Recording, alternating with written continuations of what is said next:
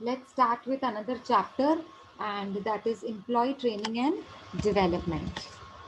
See, this is what all we are going to cover: importance of training, introduction and definition, process of training. Of course, it is very, very, very important. And objectives, need and objectives means why do we need to train our employees, and training methods and techniques, very important. Methods and techniques is divided into n number of types. So we are going to cover each one of them. Okay. Next is evaluation of training and the new issues in training. So it is all about training and development.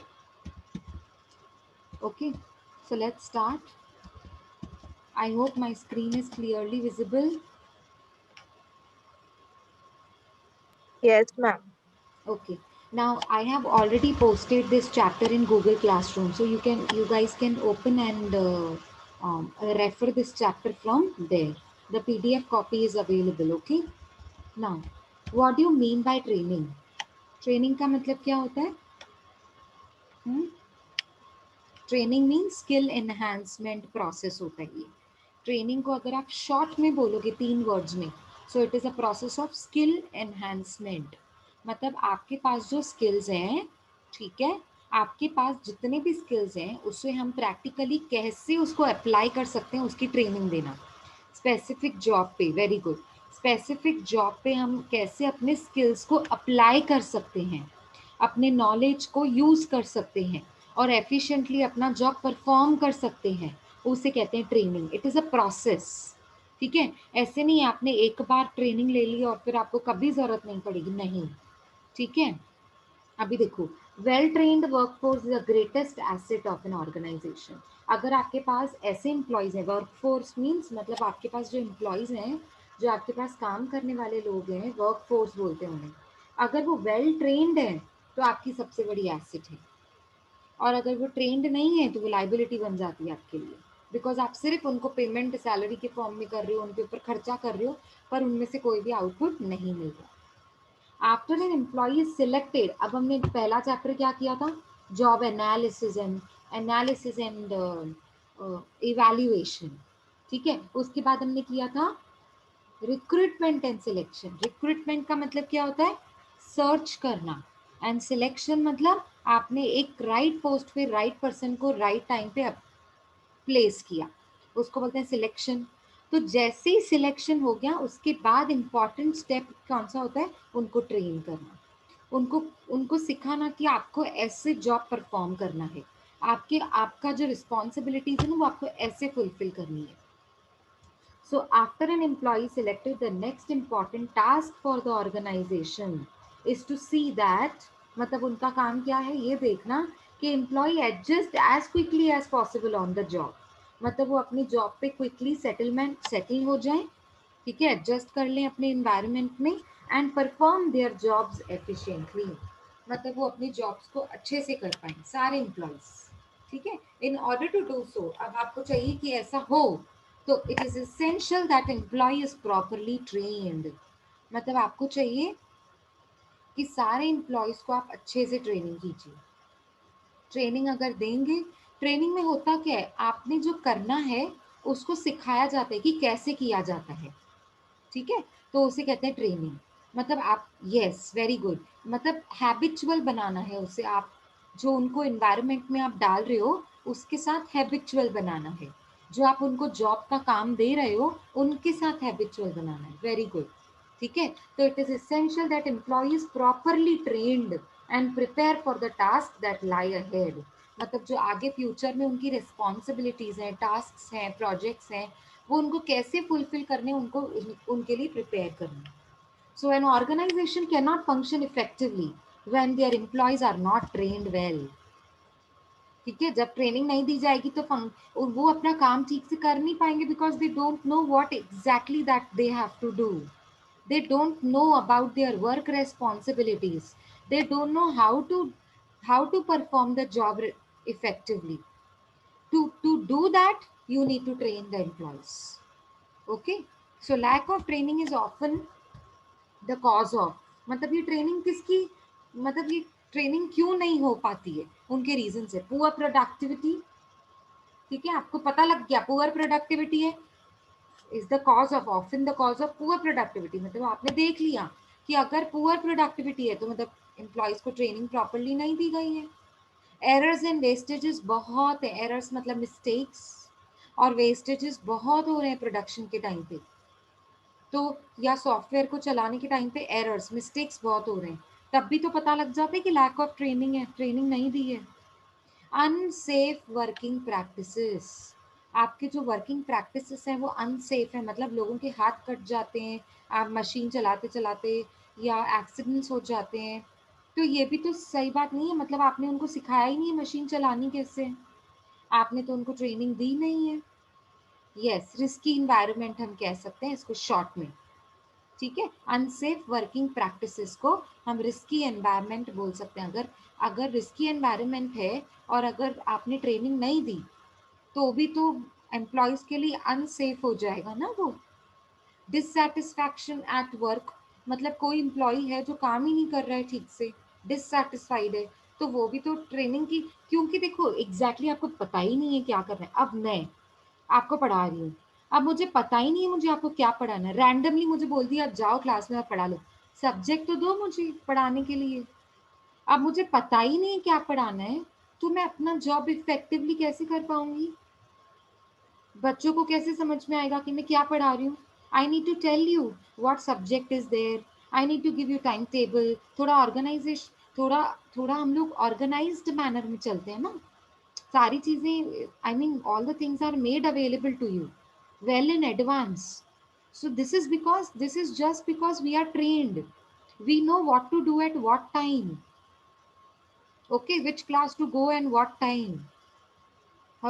We have 3 months, so we have to complete each chapter of this of all the subjects. So this is because we are trained and therefore we are satisfied with our work, right? And we can do the job effectively. Yes, तो बोलने का मतलब है dissatisfaction कब आती है, जब आपको ट्रेनिंग, जब आपको पता ही नहीं है काम क्या करना है। अब मैंने आपको बोल दिया जाओ प्रोजेक्ट बना लो, अरे मैम कौन सा प्रोजेक्ट बनाना है, कितने पेजेस का बनाना है, कैसे बनाना है, टॉपिक क्या है प्रोजेक्ट का, और कैसे बनाना है, क्या उसकी फॉन्ट होनी चाहिए, क्या उसका कलर होना चाहिए, और उसमें डायग्राम्स चाहिए कि नहीं चाहिए, ये सब तो मैंने आपको बताया ही नहीं।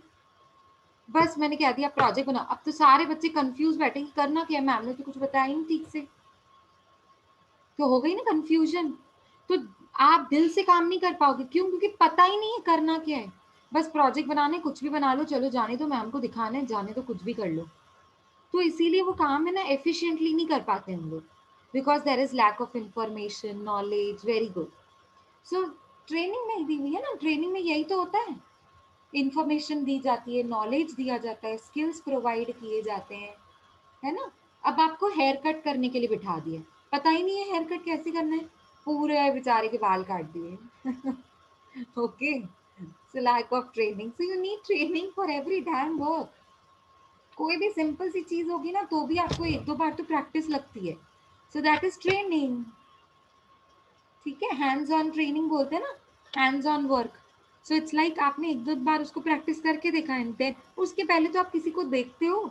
अब यूट्यूब पे देख लिया मैंने कि मुझे ना मुझे एक सॉन्ग पे डांस करनी, तो कैसे करनी है यूट्यूब पे देख लिया, देख देख के मैंने सीख लिया, सीख के फिर मैंने डांस परफॉर्म कर लिया कॉलेज के फंक्शन में। तो ठीक है, because because somebody is there who is teaching you, maybe on YouTube, maybe somewhere else, maybe physically। ठीक है, तो आपने किसी से ट्रेनिंग ले ली, प्रैक्टिस कर ली, और प्रैक्टिस करने के बाद you are satisfied, you are doing your work efficiently, so that process is known as training.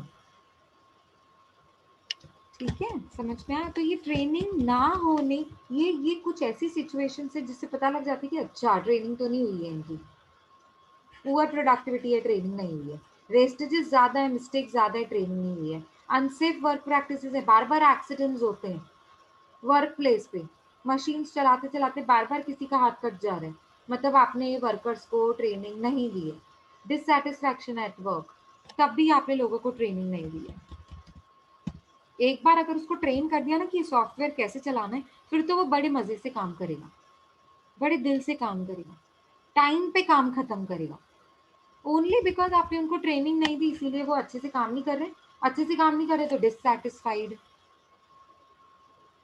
ठीक है, तो training is basically the management of learning. It is managing how to learn new things, how to learn new skills to perform new jobs.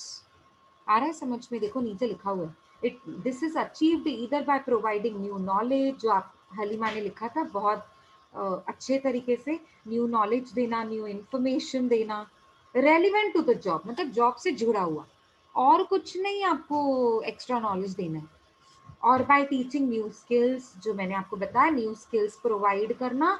और by imbibing an individual with, imbibing का मतलब होता है उनके, बिल्कुल बोलते हैं ना, उनके खून में है ये चीज, हम ऐसे हिंदी में कहते हैं, तो उनके अंदर डाल देना. बिल्कुल इम्बाइबिंग मतलब उनके बिल्कुल अंदर डाल देना. क्या? एटीट्यूड्स, न्यू वैल्यूज, आपके मोटिव्स, आपके गोल्स, आपकी रिस्पॉन्सिबिलिटीज, जो जो भी हैं वो सब आपके अंदर डाल दी जाती है ट्रेनिंग प्रोसेस के through. yes, it is a process of inculcating all these values. अब of course inculcating का मतलब होता है खुद से, पर ये ट्रेनिंग में कोई और हमको देता है, so therefore imbibing word use किया हुआ है. ठीक है ना बच्चा? तो it is imbibing an individuals with new attitudes, values, motives and other personality characteristics, जैसे leadership skills, जैसे communication skills, ये होते हैं ना पर्सनालिटी कैरेक्टरिस्टिक्स होते हैं. अब आपकी पर्सनालिटी में आपकी कैरेक्टरिस्टिक्स में कम्युनिकेशन स्किल्स बहुत अच्छे हैं, किसी के कंप्यूटर स्किल्स बहुत अच्छे होते हैं, किसी के प्रेजेंटेशन स्किल्स बहुत अच्छे होते हैं, किसी के ड्राइंग स्किल्स बहुत अच्छे होते हैं. सो ये पर्सनालिटी कैरेक्टरिस्टिक्स में काउंट किए जाते हैं. ठीक है, लीडरशिप स्किल्स, कोई चाहता है कि मैं पूरे ग्रुप को लीड करूं, है ना, किसी सब में क्वालिटी नहीं होती है ये. ठीक है, सो और by imbibing an individual with all these values and personality characteristics, ये इसी प्रोसेस को तो बोलते हैं training. So according to Edwin Flippo, ये बहुत बढ़िया डेफिनेशन है. एडविन फ्लिपो ने क्या बताया? Training is an act of increasing the knowledge. आपके पास नॉलेज है, अब उसको बढ़ाना कैसे है? आपके पास स्किल्स हैं, उसे बढ़ाना कैसे है? So it is an act of increasing the knowledge and skills of an employee for doing a particular job. क्योंकि आपको ये पर्टिकुलर जॉब कैसे परफॉर्म करना है, उसके लिए आपके जो स्किल्स और नॉलेज है उसे प्रैक्टिकली करके दिखाया जाता है और बढ़ाया जाता है. ये कितना सिंपल और कितना परफेक्ट डेफिनेशन है. So this is done. ये मतलब दूसरा कोई डेफिनेशन पढ़ने की जरूरत ही नहीं है. Okay, so let us quickly come to the next point, importance of training. अब ट्रेनिंग की इम्पोर्टेंस क्या है? आप इम्पोर्टेंस को बेनिफिट्स भी कह सकते हैं कि हम अगर ट्रेनिंग करवाते हैं किसी एम्प्लॉय की, तो उसका क्या इम्पोर्टेंस, उसका क्या बेनिफिट क्या होता है. ठीक है, वो देखते हैं. चलो, हायर प्रोडक्टिविटी एंड प्रॉफिट्स. आपके एम्प्लॉय ट्रेंड हो गए, अब उनको पता है, एग्जाम्पल ले लो, एग्जाम्पल मार्केटिंग का ले लो. ठीक है, अब आपने एम्प्लॉयज को ट्रेन कर लिया मार्केटिंग कैसे करनी है, कौन से कस्टमर्स को मार्केटिंग करनी है. अब सारे थोड़ी ना आईफोन खरीदेंगे, तो थोड़ा अपर मिडिल क्लास और जो हायर जो इनकम ग्रुप पीपल होते हैं वो खरीदेंगे. तो जाके सिर्फ उनको ही मार्केटिंग करनी है. या फिर लाइफ इंश्योरेंस की पॉलिसीज को कहाँ मार्केट करना है, या फिर एग्जाम्पल ले लो मेडिकल इंश्योरेंस प्रीमियम की जो पॉलिसीज मैं बेच रही हूँ उनको मार्केट कहाँ करना है ना. समझ में आ रहा है मैं कैसे एग्जाम्पल्स दे रही हूँ आपको. तो कौन सा ऐसा वर्क प्लेस है, कौन से ऐसे लोग हैं जहाँ पे मार्केटिंग की जरूरत है. अगर आपने उनको पहले ही ट्रेन कर दिया, अच्छा मार्केटिंग करते करते ये बोलना है, ऐसे आप कन्विंस कर सकते हो उनको. ये चीजें आप बोल दो. जैसे मेडिकल इंश्योरेंस खरीदने के लिए देखो, बेचने के लिए लोग क्या बोलते हैं कि देखो आप, होना नहीं चाहिए लेकिन घर पे किसी की डेथ हो गई या मेडिकल खर्चा आ गया, बहुत बड़ा ऑपरेशन हो गया, तो कितना बड़ा खर्चा आएगा. तो अगर आप थोड़ा थोड़ा प्रीमियम आज कंपनी को भर के देंगे तो कंपनी आपका पूरा मेडिकल का खर्चा उठाएगी फ्यूचर में, है ना. देखो मैंने कैसी ट्रिक अपनाई, है ना. कैसे कैसे हमने लोगों को वो बोलते हैं ना अपनी बॉटल में उतारना. ठीक है, so it's like that. Marketing में वही तो होता है, अपने मैम. बॉटल में उतारना, है ना. यही कहते हैं ना हिंदी में. सो इट्स लाइक हायर हाँ प्रोडक्ट. मैम. यस. सो क्या हो जाता है जब हम लोगों को ट्रेनिंग देते हैं ना, अब मैंने एम्प्लॉयज को ट्रेनिंग दी थी कि मार्केटिंग में आप ये चीज बोल सकते हो जिससे एम्प्लॉयज पक्का ये पॉलिसी खरीद लेगा. अब तो मैंने सिर्फ मार्केटिंग का एग्जाम्पल दिया, बहुत सारे डिपार्टमेंट्स होते हैं हर प्लेस पे। अभी मशीन्स कैसे चलानी है उसके लिए भी तो एम्प्लॉयज को ट्रेनिंग देनी होती है।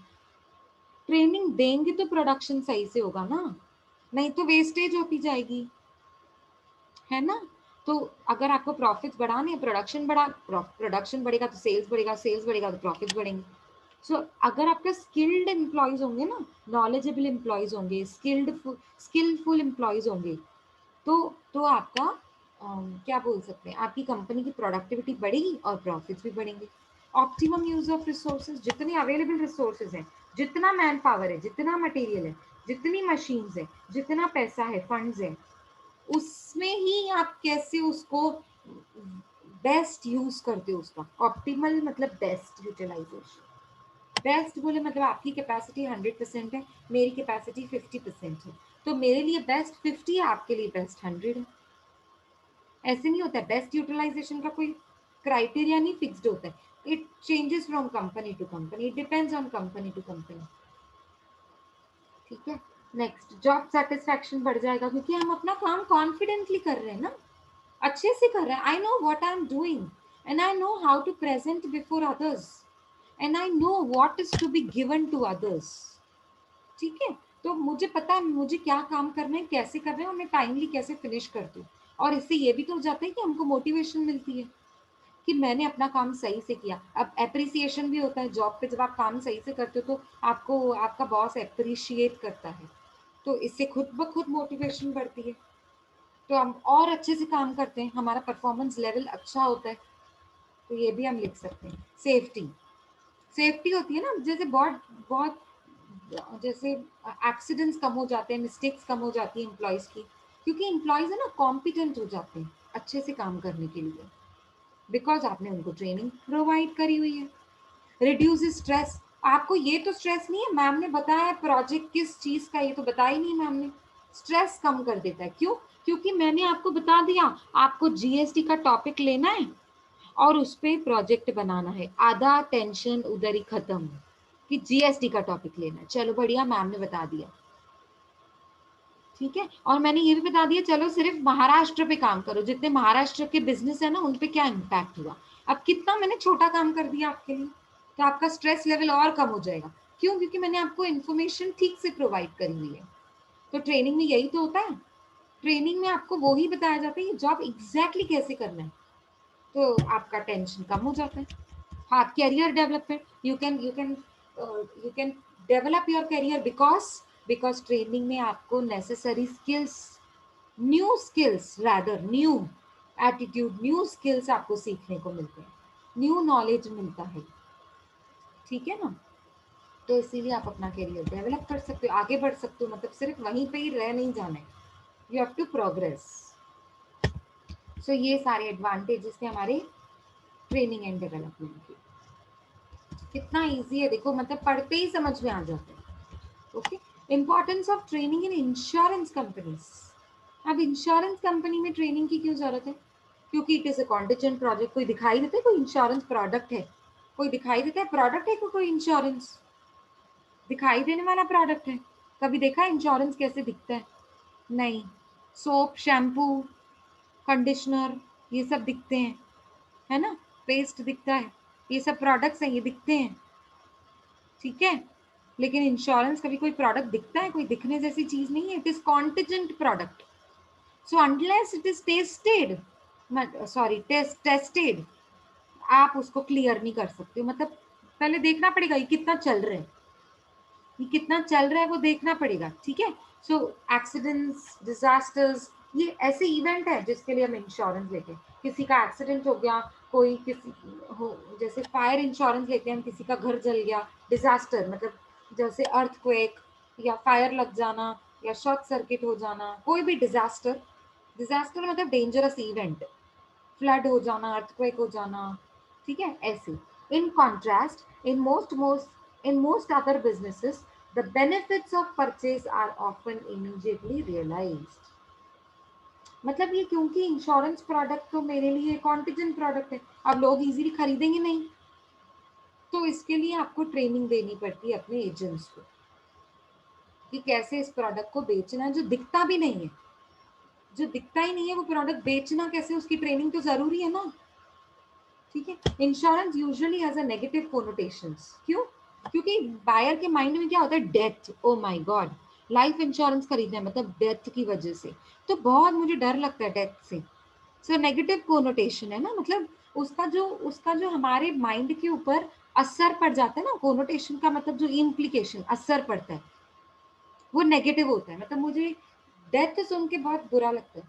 So life insurance is associated with death, with my death. समझ में आया कि मेरी डेथ हो जाएगी तो इतना, अब मार्केटिंग भी तो ऐसे ही होती है, आपके घर पे आके लोग क्या बोलते हैं, एजेंट क्या बोलते हैं, जब जब ये चले जाएंगे तो फिर फैमिली कैसे चलेगी, है ना? जब किसी के डैड चले जाते हैं तो फैमिली कैसे चलती है, इसीलिए आप लाइफ इंश्योरेंस करवा लीजिए अपने डैड का, तो जैसे फिनेंशियली लॉस ना हो कम फैमिली के लिए, फैमिली को ज़्यादा फिनेंशियल लॉसेस से सफ़र ना करना पड़े, क्योंकि he is the only earner of the family. ऐसे बोलते हैं ना, ऐसे मार्केटिंग करने के टाइम पे देखो वो लोग ऐसे बोलते हैं, ठीक। Often insurance products have a lot of legal jargons, which makes it difficult to understand. मतलब legal jargons मतलब legal terms होते हैं। अब कुछ terms ऐसे होते हैं जो मुझे समझ ही नहीं आते हैं, डॉक्यूमेंट में लिखे हुए होते हैं, वो तो मुझे समझ ही नहीं आते, तो उसके लिए आपको ट्रेनिंग चाहिए। वो लीगल जार्गन्स को समझने के लिए आपको ट्रेनिंग चाहिए होती है, उसको समझने के लिए और उसको बाहर वालों को समझाने के लिए कि इसका मतलब ये है, ठीक है।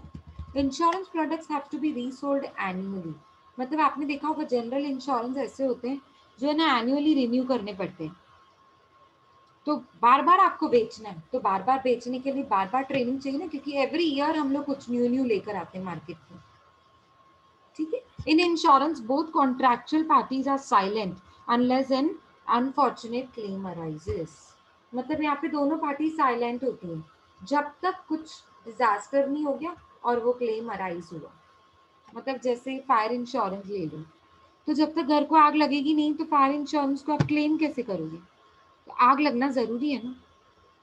सो अनफॉर्चुनेट मतलब हमने चाहा नहीं था, अनलकीली हो गया, क्या हो गया, डिजास्टर सिचुएशन आ गई, जिसके बाद हमको क्लेम, मतलब कंपनी आपको पैसा भर के देती है। क्लेम मतलब जब जब कंपनी आपको फिनेंशियल डिजास्टर होने के बाद लॉसेस रिकवर करके देती है ना, उसको क्लेम कहते हैं, क्लेम। और उस प्रोसेस को बोलते हैं क्लेम सेटलमेंट प्रोसेस। टाइम लगता है उसको, एक दो दिन में तो पूरा नहीं होता है, कंपनी चेक करती है कि ये आग कैसे लगी, कैसे नुकसान हुआ, कितना नुकसान हुआ, ठीक है, आग बुझाने की कोशिश की थी कि नहीं की थी, कि जलने दिया उसको, ठीक है, ये सब कंपनी चेक करती है। The claim amount very substantially, मतलब अलग अलग होते हैं क्लेम अमाउंट्स, तो ठीक है, हर एक कंपनी के मतलब देखा जाता है कि पार्टीज का इंटरेस्ट कैसे है, मोटिव्स क्या हैं, गोल्स क्या हैं, एक्शंस क्या हैं, विद सस्पिशन, तो ये सब देखकर उसके बाद आपका क्लेम सेटलमेंट होता है। मतलब अमाउंट सेम नहीं होता है, it vary from interest to interest, company to company, policy to policy,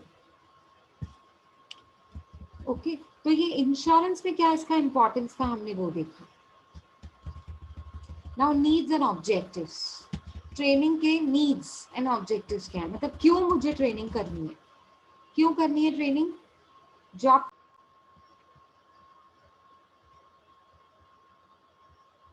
yes, am I audible? somebody please reply. Yes, Yes, ma'am. ma'am. Yes, ma'am. Okay okay, screen दिख रही है properly, network connection का problem है? Yes, ma'am. Okay Yes, ma'am. Okay okay. Now training क्यों की जाती है, मतलब क्या इम्पोर्टेंस, आई मीन सॉरी, उसके ऑब्जेक्टिव्स क्या हैं, why do we need to do training. अब देखो, इसको ना क्लासिफाई किया गया है, सबसे पहला job training of new employees, ठीक है, अपग्रेडिंग, ओके ठीक है, एक मिनट रुको मैं देख लूँ कितने पॉइंट्स हैं, ओके 5 पॉइंट्स हैं, ठीक है। मतलब ऑब्जेक्टिव्स देख रहे हैं हम लोग कि ऑब्जेक्टिव्स क्या हैं। Job training of new employees. अब आपकी कंपनी में ना न्यू एम्प्लॉयज आए हैं, तो ऑब्वियस है कि अगर न्यू एम्प्लॉयज हैं तो उनको तो पता ही नहीं काम कैसे करना है। ओके, तो उनको सबसे पहले तो ओरिएंट करना पड़ेगा ना, मतलब नॉलेज देना पड़ेगा। ओरिएंटेशन क्या होता है? अभी आप जब भी नए नए ज्वाइन हुए थे कॉलेज में, तभी ओरिएंटेशन प्रोग्राम हुआ था ना। अब ओरिएंटेशन का मतलब क्या होता है? साल भर में आपको कैसे पढ़ना है, ठीक है, कि कैसे एग्जाम्स होंगे, कितने मार्क्स के एग्जाम्स होंगे, इंटरनल कैसे होगा, एक्सटर्नल कैसे होगा, इसकी इंफॉर्मेशन दी जाती है। ओरिएंटेशन मतलब आपको साल भर में कैसे क्या क्या कुछ करना है, उसका पूरा इंफॉर्मेशन दिया जाता है। आपको बताया जाते हैं आपको कौन से स्किल्स चाहिए, कौन से टाइम पे आना है, कितने बजे आना है, कितने बजे जाना है, आपकी ड्यूटीज क्या है, ये सब बता दिया जाता है एक जॉब पे। क्यों? क्योंकि आप न्यू एम्प्लॉय हो ना, तो आपको तो ट्रेनिंग देनी पड़ेगी नेसेसरी स्किल्स, नॉलेज और एटीट्यूड्स को एक्वायर करने के लिए, ठीक है। So job training of new employees. Next is upgrading current jobs. अभी आप जॉब तो कर रहे हो, जॉब तो आप कर ही रहे हो, आप तो ट्रेंड हो, फिर भी ट्रेनिंग की जरूरत है। यस, फिर भी ट्रेनिंग की जरूरत है, क्योंकि आप देखोगे एवरी ईयर एवरी मंथ कुछ ना कुछ टेक्नोलॉजी में चेंजेस आ रही हैं। So you need to learn about new things, new skills, ठीक है, for doing your job with all the required faculties that you want in yourself. मतलब आपको जो जो ऐसे लगता है कि न्यू स्किल्स चाहिए, जैसे कम्युनिकेशन स्किल्स नहीं है मेरे में, कंप्यूटर स्किल्स नहीं है, तो वो एक्वायर करने के लिए आपको ट्रेनिंग की ज़रूरत है। तो करंट जॉब्स को भी अपग्रेड करना है, तो भी तो एम्प्लॉयज़ को ट्रेनिंग देनी पड़ेगी ना, ठीक है। मैनेजमेंट डेवलपमेंट, जैसे एग्जाम्पल दे रही हूँ मैं आपको अपग्रेडिंग करंट जॉब्स का। पहले आप मैन्युअली अकाउंट्स बनाते थे, अब आपको सॉफ्टवेयर में अकाउंट्स बनाने हैं। करंट जॉब भी आपका आपका जॉब वही है अकाउंट्स बनाने का, लेकिन अब आपको सॉफ्टवेयर में मेंटेन करने हैं सारे रिकॉर्ड्स। तो अपग्रेड करना पड़ेगा ना, खुद को आपको सिखाना पड़ेगा, आपको ट्रेनिंग देनी पड़ेगी लोगों को, अपने एम्प्लॉयज़ को, कि ये सॉफ्टवेयर हमने खरीदा और अब से इसमें सारे अकाउंट्स को मेंटेन करना है और कैसे ये चलाना है वो हम आपको सिखा देंगे। So it is upgrading current jobs, ठीक है। मैनेजमेंट डेवलपमेंट, अब मैनेजमेंट के जो जो रिलेशंस हैं लोगों के साथ, उनकी जो लीडरशिप क्वालिटीज़ हैं, उनको जो अवेयरनेस लेवल है, उनका जो टेक्नोलॉजिकल एडवांसेस का अवेयरनेस लेवल, उनकी जो कम्युनिकेशन स्किल्स हैं, वो भी तो बढ़ानी पड़ेंगी, क्योंकि मैनेजर्स को भी ट्रेनिंग की ज़रूरत होती है इन सब चीज़ों के लिए, क्योंकि मैनेजर्स को कम्युनिकेट करना है, काम कैसे करना है, काम कब खत्म करना है और काम क्या करना है। सो कम्युनिकेशन स्किल्स चाहिए। ह्यूमन रिलेशंस, अच्छे ह्यूमन रिलेशंस को मेंटेन करने का skill, leadership qualities, awareness level of technological advancement, कि अभी क्या मार्केट में न्यू टेक्नोलॉजी आई है, उसका अवेयरनेस ही नहीं होगा तो आप अपग्रेड कैसे करोगे। सो मैनेजर्स को भी क्या कह सकते हैं, स्किल्स, न्यू स्किल्स की रिक्वायरमेंट होती है। सो उसके लिए ट्रेनिंग देनी पड़ती है मैनेजर्स को, ठीक है। पर्सनल डेवलपमेंट, खुद की पर्सनल ट्रेनिंग ऑफ पर्सनल, अच्छा ये पर्सनल है, पर्सनल नहीं है। पर्सनल मतलब जितने भी आपके एम्प्लॉयज हैं, ठीक है, आपके साथ जो लोग काम करने वाले हैं ना, वो ह्यूमन रिसोर्स जिसे कहते हैं। So training for personal development is directed at enhancing the long-term effectiveness of employees and towards giving them development opportunities. जैसे आपने उनको ट्रेनिंग दे दी, अब उनको पता है ये स्किल्स मुझे कैसे यूज करने, तो वो जैसे जैसे वो काम को करते जाएंगे वैसे परफेक्ट होते जाएंगे और अच्छा काम करेंगे, तो उनके लिए डेवलपमेंटल अपॉर्चुनिटीज ओपन हो जाएंगी ना।